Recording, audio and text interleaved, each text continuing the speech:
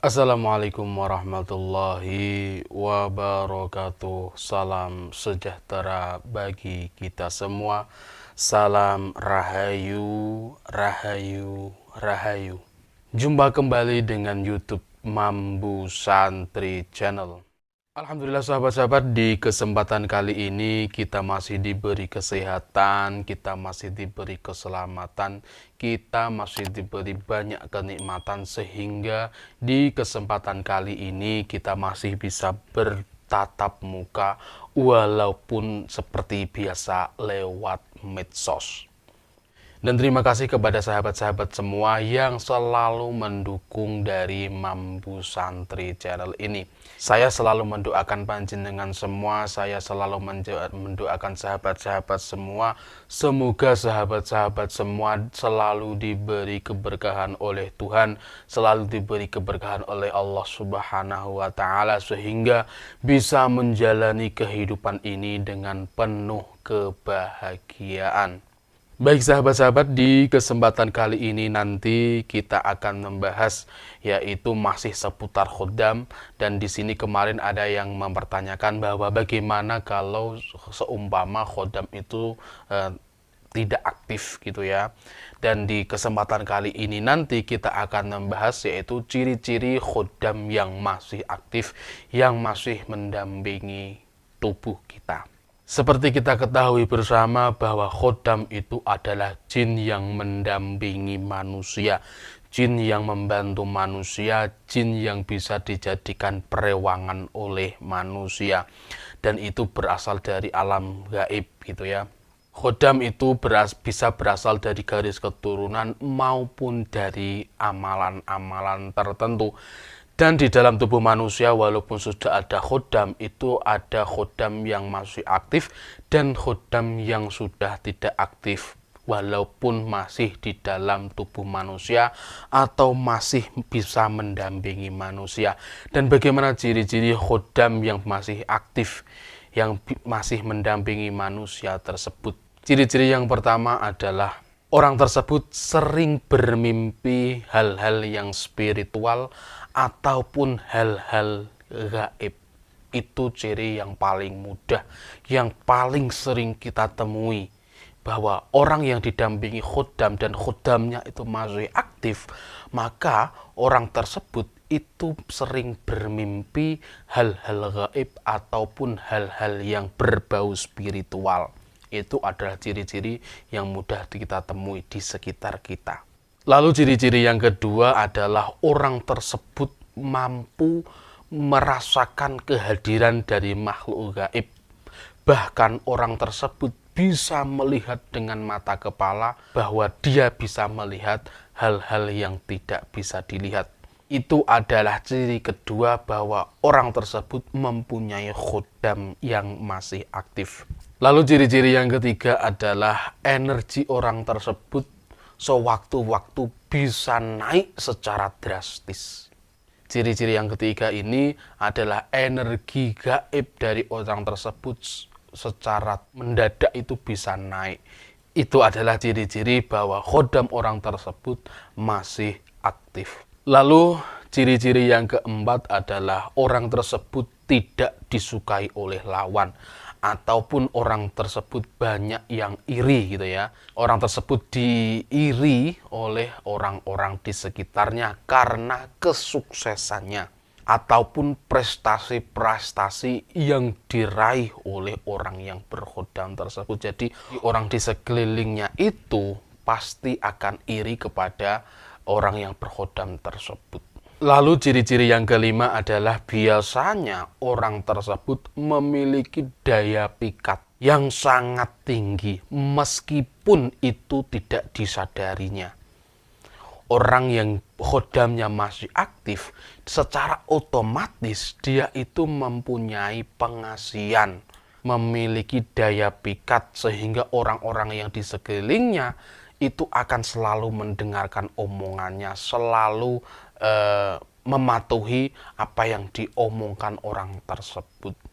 Lalu ciri-ciri yang keenam adalah yang masih berhubungan dengan nomor 5 tadi, yaitu memiliki kewibawaan. Orang yang khodamnya masih aktif, selain dia mempunyai daya pengasihan, dia juga memiliki kewibawaan yang sangat tinggi. Gaya berbicaranya, gaya berjalannya, semua itu akan kelihatan berwibawa. Kalau orang Jawa itu mengatakan mriyayeni gitu ya. Itu adalah ciri-ciri yang keenam. Lalu ciri-ciri yang ketujuh bahwa orang tersebut, khodam orang tersebut masih aktif adalah dia itu peka terhadap alam gaib ataupun peka terhadap makhluk gaib. Dia akan tahu bahwa di sini ada makhluk gaib ataupun enggak, itu akan tahu. Jadi ketika energinya bersinggungan langsung dengan energi dari makhluk gaib, dia itu otomatis akan tahu. Nah, ini adalah ciri-ciri orang yang khodamnya masih aktif. Lalu ciri-ciri yang kedelapan bahwa khodam orang tersebut masih aktif adalah orang tersebut memiliki daya sembuh yang sangat tinggi. Orang yang khodamnya masih aktif, dia itu bisa menyembuhkan hal-hal yang gaib. Seumpama ada orang kesurupan atau kerasukan jin, dia bisa menyembuhkan dan bisa mengeluarkan jin tersebut walau hanya dielus dengan tangannya. Itu bisa. Dan itu adalah tanda-tanda yang sering kita temui di sekitar kita. Gitu ya. Kemudian ciri-ciri yang ke-9 adalah orang tersebut memiliki sorot mata yang sangat tajam. Orang yang didampingi oleh khodam yang masih aktif, matanya, sorot matanya itu akan sangat tajam dan sangat tegas, dan menjadikan orang yang lawan bicaranya itu akan menundukkan kepala karena ketajaman sorotan matanya tersebut.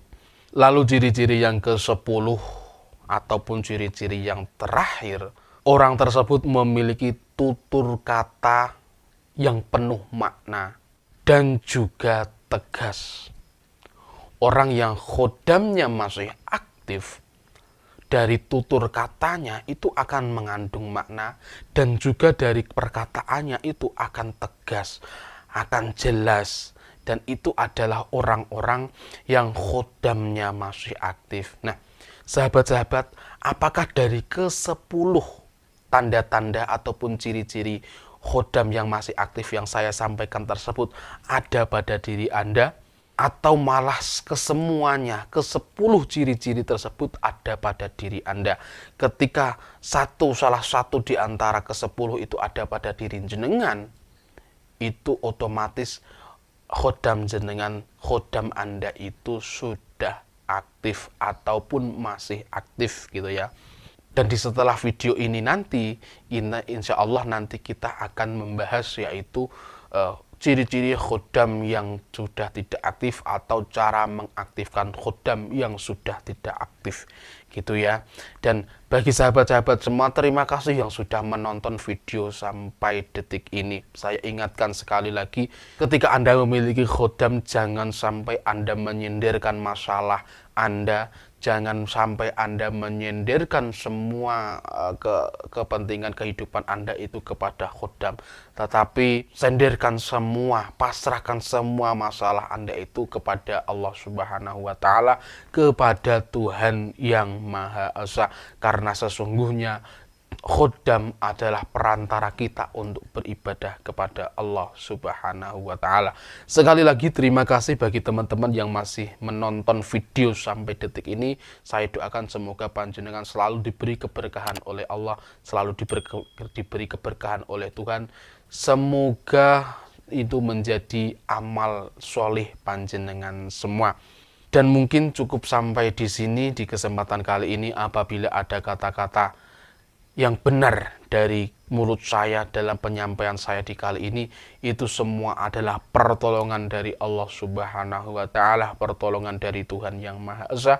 Dan jika ada kesalahan ataupun kekhilafan dalam penyampaian saya, itu semata-mata adalah kebodohan saya pribadi.